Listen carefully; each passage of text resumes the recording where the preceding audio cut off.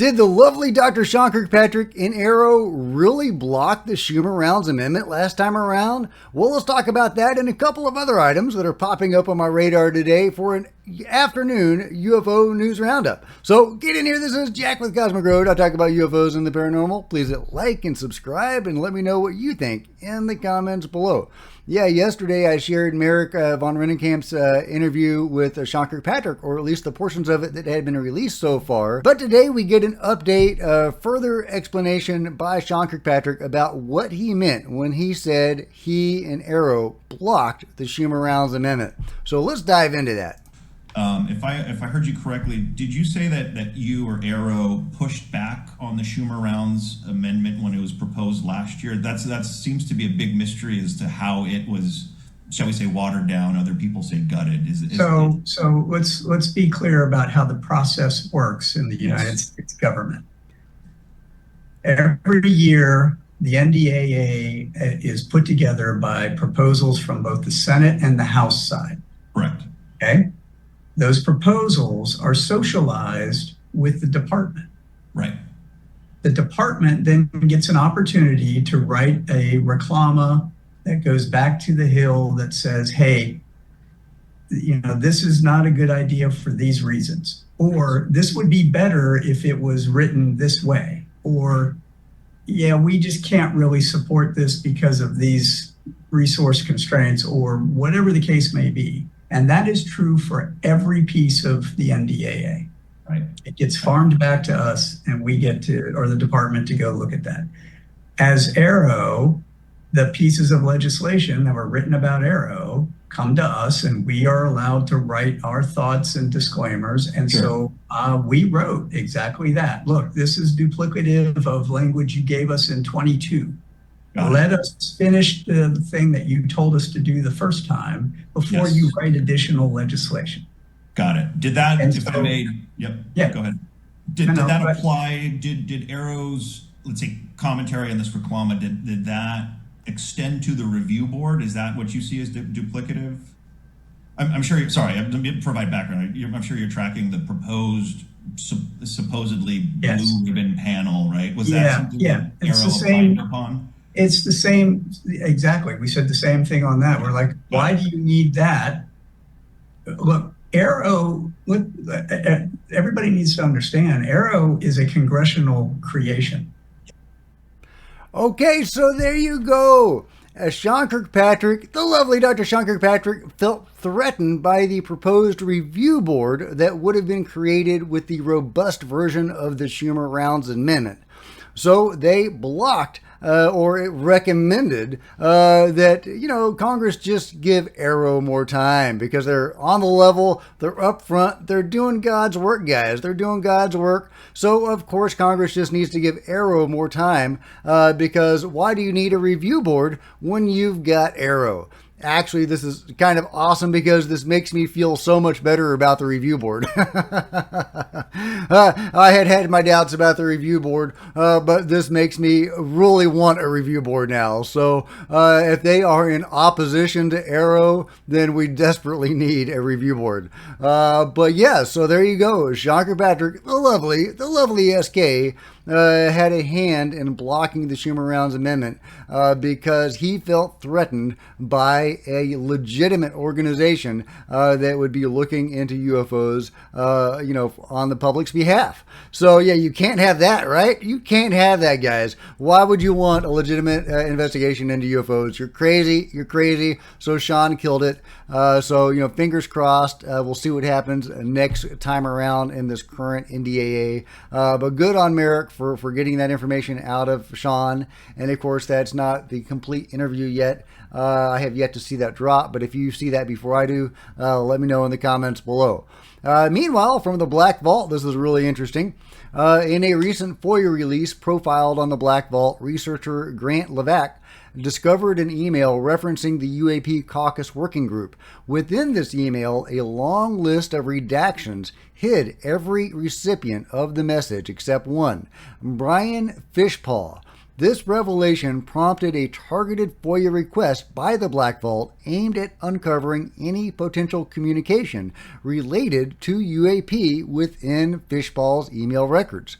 Fishbaugh, who serves as the Deputy National Intelligence Manager for Aviation within the ODNI, became the focal point of FOIA case, that FOIA case right there. The request, filed on June 18th by the Black Vault, sought emails from Fishbaugh's inbox that contained various UAP and UFO related keywords, along with those mentioning named individuals, which included alleged UFO whistleblowers connected to the topic. Pretty juicy. However, the FOIA response from the ODNI produced an unexpected result just 1 month after it was filed. Instead of a standard release of email records, which are sometimes redacted, or a straightforward full denial due to national security reasons, the ODNI issued what is known as a Glomar response. The term originates from the Glomar Explorer, a CIA vessel involved in a covert operation in the 1970s. A Glomar response essentially means that the agency can neither confirm nor deny the existence of the requested records. This type of response is rare and typically reserved for highly sensitive matters. The letter from the ODNI stated, "The letter responds to your Freedom of Information Act request received on June 18, 2024, relating to Brian Fishbaugh. ODNI neither confirms nor denies the existence or non-existence of the requested records. The fact of the existence or non-existence of requested records is protected from disclosure pursuant to that section of the National Security Act." That's crazy, guys. The FOIA exemption permits the withholding of information. That is wild. So what information related to UAPs could be so sensitive that it warrants such a response from the ODNI? Why was Fishbaugh's name the only unredacted in the past FOIA release, indicating his connection to UAP is openly acknowledged by the U.S. government? Yet responsive material can neither be confirmed nor denied that it exists.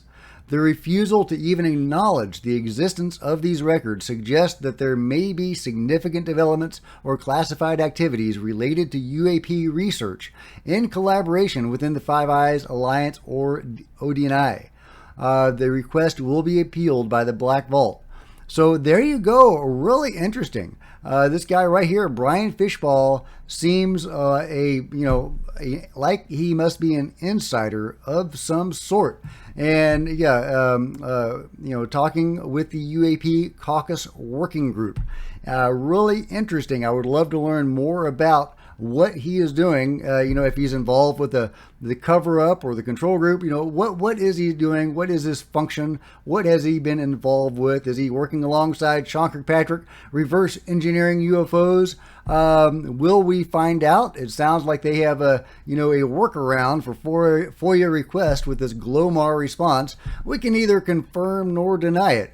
But obviously they're not going to give that response for something that doesn't exist, I wouldn't think.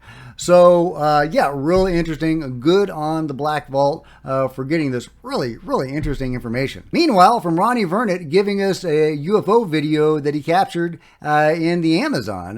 He went down there to document what was going on there, and I've been following his progress. He went on Ross Coulthart talking all about it. And this is the actual video I shared earlier, this video right here, where you can see this thing making anomalous movements. But that's actually simply the camera's auto tracking system, and thank you guys for pointing that out. I missed that and I apologize, but here is the actual video where you can see this craft right there in the corner of the screen. It's kind of hard to make out with all the staticky noise, but really, really interesting. And here's what he has to say about it. Very interesting. Maybe these orange Naga orbs people see in Thailand and Laos for years is the same phenomenon we have seen in Brazil. It's impressive how many messages I've received around the world about people that have seen these lights. We are not talking about something that is far away in space, but something is intelligently approaching a few meters from people near the ground and seems to be connected to nature. I thought that was really interesting. Here he says about the video is a first release of a footage of an orange orb that I filmed in the Amazon jungle early this month. What you can see is something flying at very low height on tree level that descends and enters the forest. The rapid movement at the final is the camera position moving to track the object. The mysterious orange orbs from the Mekong River. These fiery spheres. And yeah, he's connecting these events to what's going on in Thailand. And this is really interesting because there's a seasonal component to this. Check this out. I'll just read it. These fiery spheres, believed by the locals to be a mystical homage from the serpent deity residing beneath the waters, the Naga, have baffled both scientists and enthusiasts for decades. The enchanting display takes place from late October to early November, typically marking the end of the Buddhist Lent, which varies every year according to the lunar cycle. That is wild, guys. The idea that they move in regular cycles. And he says they're connected to nature. And then he draws a comparison with what people are seeing in the Amazon. He says some indigenous witnesses I interviewed saw this while hunting. They didn't actually see that. He goes on to say, not really a snake of fire, but many orange orbs aligned, forming something like a fire serpent. We have documents talking about the Boitata, I said that right, from Catholic priests talking about indigenous Brazil back to 1566. So this has been going on for a long time, and he is seeing a connection in the patterns that people are seeing in the skies and in the jungles in the Amazon and in Thailand. I think that's super fascinating. I talk a lot about the connections of the phenomenon and how it interacts with people around the world going back to ancient times. He may have found another one, guys. I think this is just awesome. I love it. Can't wait to see what else he is going to be able to show us about this UFO stuff, about the poltergeist stuff, whatever he's got. Can't wait to see it. Anyway, let me know what you think about all this in the comments below. And if you've enjoyed this video, please give me a big thumbs up. I sure appreciate it. Smash the like button and the subscribe button and the bell to be notified of future videos. You don't want to miss a thing. Join me on social media, Facebook and Twitter, links below. Love to see you guys there. If you wanted to support Cosmic Road in a bigger way, grab a coffee mug or a t-shirt in the merch store below, or heck, buy one of my books. There's links to that below as well. Or you can become a channel member. Channel members are rock stars, and I really appreciate you guys' support. Thank you so much. Meanwhile, there's plenty of other videos on the channel, and I'll see you next time. This is Jack with Cosmic Road, signing out.